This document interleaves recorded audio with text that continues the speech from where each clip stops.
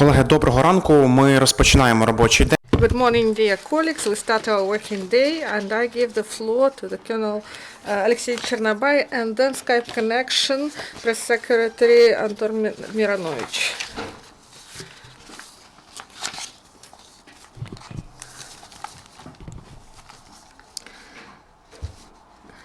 Good morning, dear colleagues, and I'm glad to see you at our briefing. In 2015, in the framework of the task of National Council of Reforms, the Ministry of Defense implemented means to reform the system of national security and defense.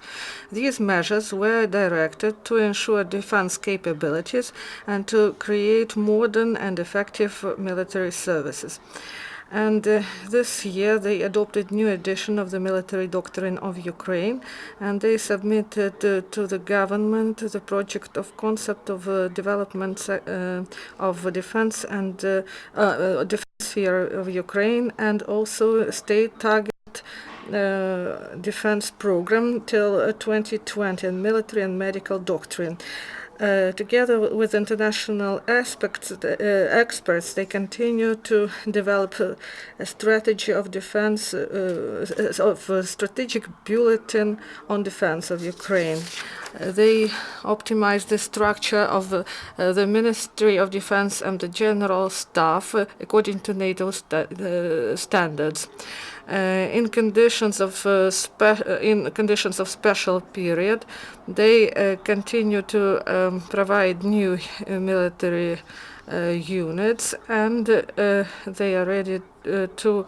They built a new system of command in order to repel the aggression. They also continue to increase capabilities of high mobile paratroopers divisions, and the training system was significantly improved.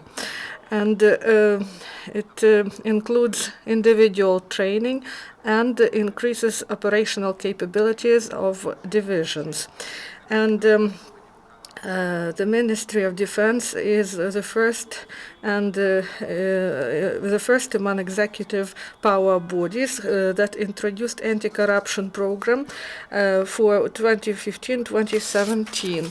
They created also the Council of Reform. Then they also actively use e-tenders and save money of the state budget, developed technical conditions according to NATO standards, and created a center of development and logistics. And also they conducted some experiments in catering sphere. Our international partners help a lot. They participate in the development of a concept of development of the military forces of Ukraine for the period till 2020, with active participation of advisors from NATO Office of Communication in Ukraine. Experts of Group Rand Corporation provided proposals for reforming the activity of the ministry, and they continue to introduce NATO standards in the military sphere in Ukraine. The ministry continues to create a system of logistics and personnel and military equipment. The state enterprises continue to provide new and modernized military equipment to the MOD. The ministry bought 88 units of military equipment. These are geodetic and navigational equipment, engineering equipment, and also armored artillery boats and modernized planes. They also they have in their inventory also the turbo a new type of the airplane M70 and mobile bath and laundry complexes. They also concluded new contracts for 105. They concluded 105 contracts and additional agreements for about 5 billion hryvnias. Repair works continue. The state enterprises returned to the military units 325 units of military equipment. These are tanks, howitzers, cannons, and armored vehicles, and starting from the start of the ATO operation, they returned 34.5 thousand units of military equipment. They continue to repair military equipment, and the representatives of the military defense monitor this process. In 2015, they controlled the quality for about 4,740,000,000 hryvnias, and for other military structures for about 4,300,000,000 hryvnias. And for these services, they provided 16.5 million hryvnias to the special fund of the Ministry of Defense. And from the start of the year, the military representative offices of MOD prevented excess spending for about 890 million hryvnias. And in the framework of the action that is called Support Ukrainian Army, the ministry got 160,247,000 hryvnias, and in 2015, 6,965,000 hryvnias. They used 145.5 million hryvnias for technical equipment, and the rest was spent for the military equipment and medicines. With the use of the service 565, they also mobile service, they got 1,460,000 hryvnias, and they were this money was spent for technical and technical equipment, and also some money were provided in foreign currency, and this is the equivalent of 900,000 hryvnias. They also used 432 units of medical and sanitary equipment, and they also conducted the test of medical products, and conducted 1,355 laboratory tests of drinking water. And they established that the results of this sanitary test is satisfactory. Demining continues, and from the start of the military operation, military engineers deactivated 26,311 mines and explosive devices. They demined 59 facilities and cleared 585 kilometers of roads and 17 kilometers of railways. Now I give the floor to the press secretary of the ATO area, Anton Miranovich. Good morning, Anton. Good morning, dear colleagues. We are prepared to listen to hear from you the information regarding the situation in the ATO area over the last 24 hours. The situation in the ATO zone over 24 hours, the last 24 hours, is a bit complicated. However, it is still controlled by our units. In particular, only during the last night, the combatants activated their combat activities along the line of contact. After 6 p.m. yesterday, they committed 8 aimed shootings of our positions. Under the cover of their shooting, a group consisting of at least 30 persons tried to come through between two checkpoints. Our fighters actually discovered them in due time, and the combatants started firing, but anyway, they were forced to retreat after incurring a lot of losses. Another clash took place near Chastya in Lugansk region. There is the illegal armed formation, consisted of at least 10 persons, but this was the same result of the clash. Besides, there were some armed provocations against our fighters in other sections over the line of contact. The enemy continued to shoot near Pisky, Opitne, to south of Avdiivka and Krasnogorovka.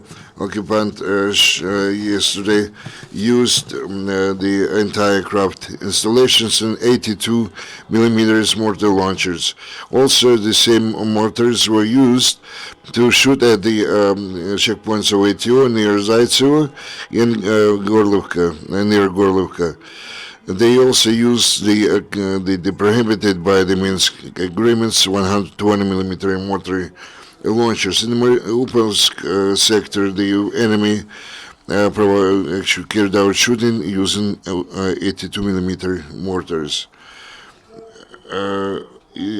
Actually, they still use the armaments or the weapons which are prohibited by the Minsk agreements. You know that on Friday there was shooting near Mariinka, which is not far from Donetsk. They used the mechanized troops. Anyway, they met with a big resistance on the part of our fighters, and they had to retreat. But anyway, they burned down one of the houses of the local residents. Also, on 19th of December, the combatants used 120 millimeter artillery in Lugansk region at our position near Nizhny Teple. They didn't stop the armed provocations the day before yesterday on December 20. Most of the aimed shooting took place near to the north of Gorlovka.